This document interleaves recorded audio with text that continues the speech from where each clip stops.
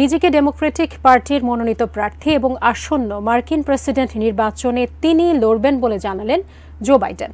BBC জানায়, গত সপ্তাহে ডোনাল্ড ট্রাম্পের সঙ্গে বিতর্কে ধরাশয়ী হওয়ার পর নিজ দলের চাপের মুখে মার্কিন নির্বাচনে লড়ে যাবার কথা স্পষ্ট জানালেন তিনি।